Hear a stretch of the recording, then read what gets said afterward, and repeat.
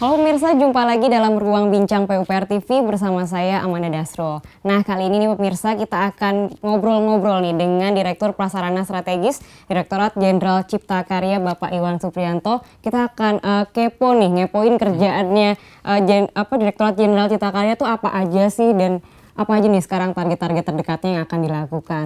Bapak, gimana Pak kabarnya, sehat Pak? Sehat, alhamdulillah. Oke Pak, kita langsung aja nih Pak ngobrol-ngobrol nih. Bisa dijelaskan nggak mungkin Pak, ini sejauh ini apa aja sih Pak tugas-tugas utama dari Direktorat Jenderal Cipta Karya PUPR?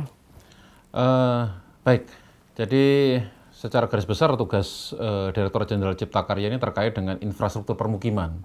Jadi yang utama adalah terkait dengan sektor penyediaan air minum, kemudian sanitasi, kemudian peningkatan kualitas permukiman, kemudian penyelenggaraan bangunan gedung, dan ini yang menarik nih, kita dapat tugas-tugas baru nih, gitu ya, tugas baru untuk rehabilitasi dan renovasi sekolah, sarana prasarana pendidikan, olahraga dan pasar. Itu kebetulan ada di tempat saya itu. Oke, ini menarik nih, pendidikan, olahraga, pasar. Nah, yang sudah dikerjakan dulu deh Pak, sejauh ini apa saja sih Pak? Jadi gini, kalau boleh mengawali informasi adalah bahwa Direktorat Prasarana Strategis ya di tempat sekarang saya diberi amanat ini sebelumnya merupakan pusat pengembangan sarana prasarana pendidikan olahraga dan pasar. Yang tugasnya adalah ya ini melaksanakan pembangunan ya terutama untuk sarana prasarana pendidikan olahraga dan pasar yang ditugaskan oleh Presiden ini secara khusus ya jadi dan bersifat strategis nasional.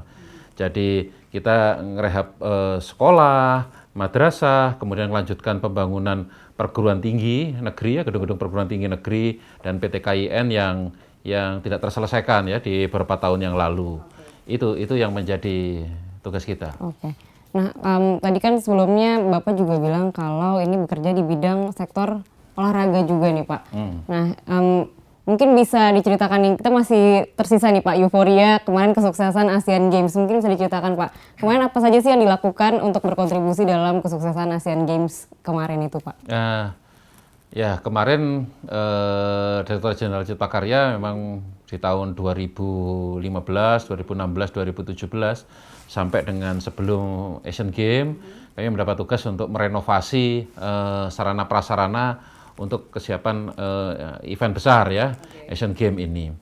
Dan berdasarkan keberhasilan itu maka kami kembali nih dipercaya oleh Presiden melalui Inpres nomor 10 tahun 2017, kemudian Inpres nomor 1 tahun 2020 untuk renovasi dan pembangunan ini venue-venue untuk PON Papua yang seyogianya akan dilaksanakan di akhir tahun 2020 ini, tapi ya karena situasi pandemi diundur menjadi tahun 2021. Nah, di samping itu saat ini kita juga sedang dipercaya untuk mempersiapkan ini beberapa venue ya, terutama stadion dan lapangan latihan untuk ini satu event dunia. Jadi Piala Dunia FIFA World Cup ya Under 20 yang akan diselenggarakan Mei 2021 nanti. Oke, nah berarti itu tentunya nantinya fasilitas yang disiapkan nantinya akan menyesuaikan dengan protokol kesehatan ya Pak? Iya, jadi yang kita siapkan pertama adalah pemenuhan terkait dengan persyaratan teknis bangunan gedung. Itu menjadi syarat wajib, memastikan bahwa bangunan tahan gempa, memenuhi kaidah struktur dan sebagainya. Yang kedua yang nggak kalah penting adalah tentunya memenuhi setidaknya minimum requirement dari cabang olahraga itu. Jadi misalnya kita mengacu kepada FIFA Regulation untuk Piala Dunia, untuk PON juga demikian. Jadi venue PON yang sedang kita tangani pun ini alhamdulillah venue akuatik ini sudah selesai dan baru kurang lebih 1 bulan yang lalu kita sudah dapat sertifikat standar internasional dari FINA. Untuk hoki kriket ini juga memperoleh standar internasional dari Federasi Hoki Internasional. Jadi pemenuhan standar itu menjadi penting. Nah, dalam situasi pandemi COVID ini kita juga mempersiapkan semua venue ini ke depan untuk adaptasi kebiasaan baru atau AKB ya. Jadi ya karena ini pasti akan banyak penonton akan datang, maka kita siapin ada thermal sensor, kemudian ada fasilitas untuk cuci tangan dan beberapa fasilitas pendukung lain. Jadi untuk adaptasi kebiasaan baru ini. Oke, itu tadi kan kita sudah bicara tentang sektor olahraga. Sekarang sektor pendidikan nih Pak, ini juga menarik nih. Kira-kira apa saja sih Pak tugasnya dan latar belakangnya yang dikerjakan Kementerian PUPR dalam membangun pendidikan nasional? Ya, ini memang dalam rangka ya ini amanat Presiden sebenarnya. Jadi Bapak Presiden khususnya di dalam rencana kerja pemerintah tahun 2019 kemarin kan sangat mendorong untuk peningkatan kualitas sumber daya manusia. Nah, dalam sidang kabinet, nah ini kalau lihat riwayatnya nih ya.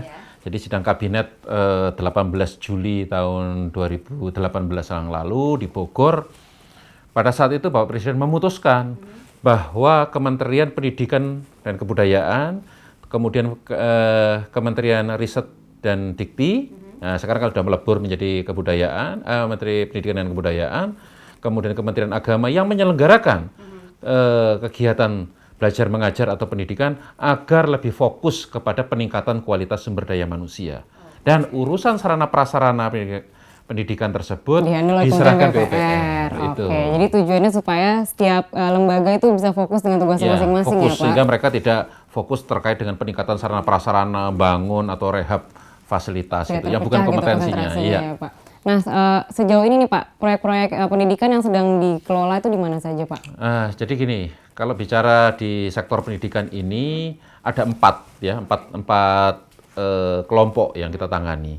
Yang pertama kita merehab sekolah negeri yang rusak berat. Oke.